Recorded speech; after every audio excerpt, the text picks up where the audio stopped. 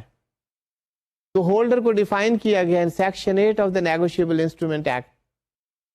تو ہولڈر کی ڈیفینیشن کیا ہے یہ آپ دیکھیے گا سلائڈ پر. اس سے آپ کو اس کا اسکوپ پتا چلے گا. The holder of a promissory note, bill of exchange یا cheque means the payee or endorsee who is in possession of it or the bearer thereof, but does not include a beneficial owner claiming through a benamidar. یہ benamidar means the person who doesn't have any name. یہ fictitious bill of exchange یا instruments اگر ڈرا کیے جائیں تو یہ اس کی طرف اشارہ ہو رہا ہے. باقی بات پے اور انڈورسی کی ہم کر چکے ہیں. so that you know through section 8 کہ ہولڈر ہے کون. اب بات یہ ہے کہ ان کے رائٹس اینڈ اوبلیگیشن، یہ ایک امپورٹنٹ بات. اب ہولڈر کون ہے؟ The holder must have the position of the instrument in his own name. In provision سے یہ پتہ چلتا ہے کہ ہولڈر کے پاس پوزیشن ہونی چاہیے انسٹرومنٹ کی. اور دوسری بات، he must be entitled to receive or recover the amount due thereon from the parties liable thereto. کہ اس کے پاس یہ اختیار ہونا چاہیے ہولڈر کے پاس کہ وہ اماؤنٹ ریسیو کر سکے. He must be entitled to that. آپ کی انٹائٹلمنٹ ہوگی تو آپ اماؤنٹ ریسیو کر سکیں گے. اور اگر آپ ریسیو نہ کر سکیں، if you lodge any claims or the damages or compensation claims، تو یہ آپ کے پاس رائٹ ہونا چاہیے کہ you can sue that party. تو یہ انٹائٹلمنٹ ہولڈر کو ملتی ہے. یہ ہم اس اینگل سے اس کو پڑھ رہے ہیں کہ ہولڈرز کون ہیں. ہولڈر ان ڈیو کورس کی بھی اب بات کریں گے. تو now we move on to a holder in due course. So students، ابھی آپ نے ہولڈر کی بات کی. ہولڈر آپ نے دیکھا کہ payee or endorsee can be the holder of an instrument. اب یہ ہولڈر ان ڈیو کورس کیا ہے، اور آگے چل کر ہم ڈسٹنکشن دیکھیں گے. What are the distinguishing features between the holder and holder in due course. Holder in due course has been defined in Section 9 of the Negotiable Instruments Act 1881. Before discussing what holder in due course is, آپ Section 9 دیکھیے. Slide پر دیکھیے گا please. Holder in due course means any person who for consideration becomes the possessor of a promissory note, bill of exchange or check, if payable to bearer, or the payee or endorsee thereof, if payable to order, before it became overdue, without notice that the title of the person from whom he derived his own title was defective. کچھ زیادہ مشکل تو نہیں ہو گیا. یہ دیر of اور دیر to سے آپ مت گھبرائیں، بات بڑی simple. Holder in due course آپ دیکھ لیجئے. ہم ان کو بائیفرکیٹ کر کے دیکھ لیتے ہیں کہ کیا ان کے meanings. Holder in due course means any person who for consideration becomes the possessor of a promissory note, bill of exchange or a check if payable to bearer. یہاں تک پہلے بات کر لیں. یہ بات ہم کر چکے ہیں پہلے کہ bearer instrument who. If there is a bearer instrument, in case of the bearer instrument, that just transfers by mere delivery of that, and the person who has the possession of that for consideration. یہاں پر add کیا ہو گیا؟ ابھی holder میں بھی آپ نے بات کی تھی. ہولڈر میں کوئی کنسیڈریشن کی بات نہیں ہو رہی تھی. ہولڈر ان ڈیو کورس میں یہ ہے کہ کوئی نہ کوئی کنسیڈریشن ہونی چاہیے for becoming the holder of there of. پہلی بات بڑی سمپل ہے. یہ وہی بات ہے جو آپ اسٹڈی کر چکے ہیں، جو آپ جانتے ہیں. الفاظ کا فرق کہ یہ ہولڈر ان ڈیو کورس اگر بیرر انسٹرومنٹ ہے، وہ پرومسری نوٹ ہو، بل آف ایکسچینج ہو یا چیک ہو، the person who for consideration become the possessor of that، وہ اگر اس کی پوزیشن اس کے پاس آتی ہے، اس کو ڈیلیور ہو جاتا ہے، وہ اس کو ہولڈ کر رہا ہے، تو he will be the holder in due course provided he is holding it for consideration. یہاں تک بیرر انسٹرومنٹ کی بات.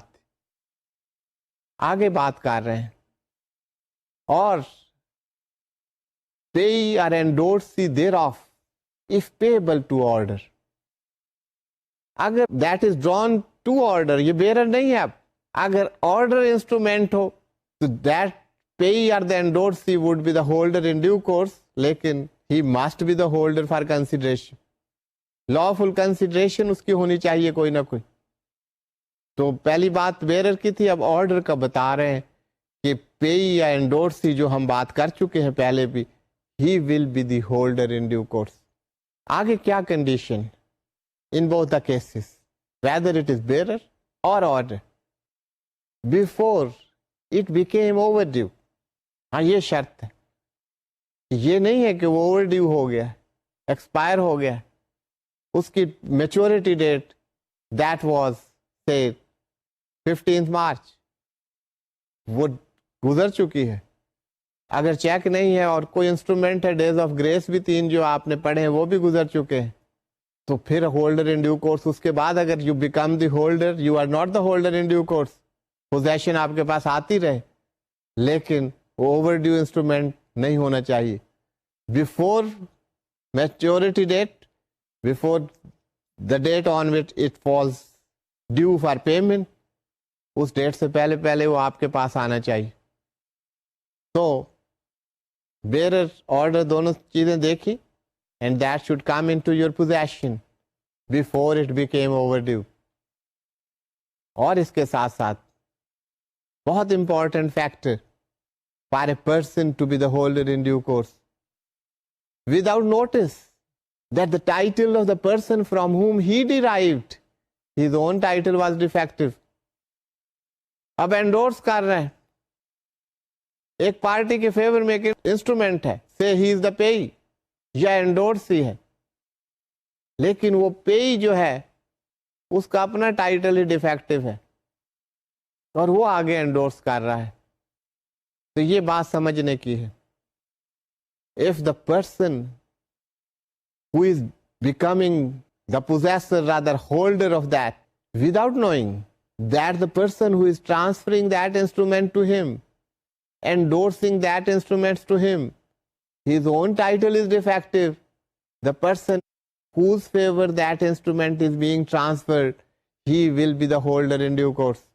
So students, holder in due course becomes the holder before the instrument becomes overdue, and without notice of the fact that the person from whom he is deriving title, his own title is defective.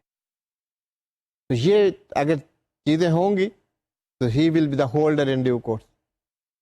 اب آپ یہ دیکھیے کہ holder اور holder in due course میں کیا فرق, what are the distinguishing features between the holder and holder in due course. Holder in due course میں جو پوائنٹس آپ نے دیکھے اس میں پہلی بات ہے کہ must be holder. He obtains instruments for value, that is for valuable consideration. He must become the holder of the instrument before maturity. He must have obtained the instrument in good faith, that is without notice of the fact that the person who is transferring that instrument, his own title is defective. اگر یہ اس کے notice میں ہے, he will not be the holder in due course. He must take instrument complete and regular on the face of it. تو یہ چیزیں holder in due course میں ہونا ضروری. تو اب ہم دیکھتے ہیں what are the distinguishing features between the holder and holder in due course. Holder, title of the holder shall not be good if the title of any prior party is defective.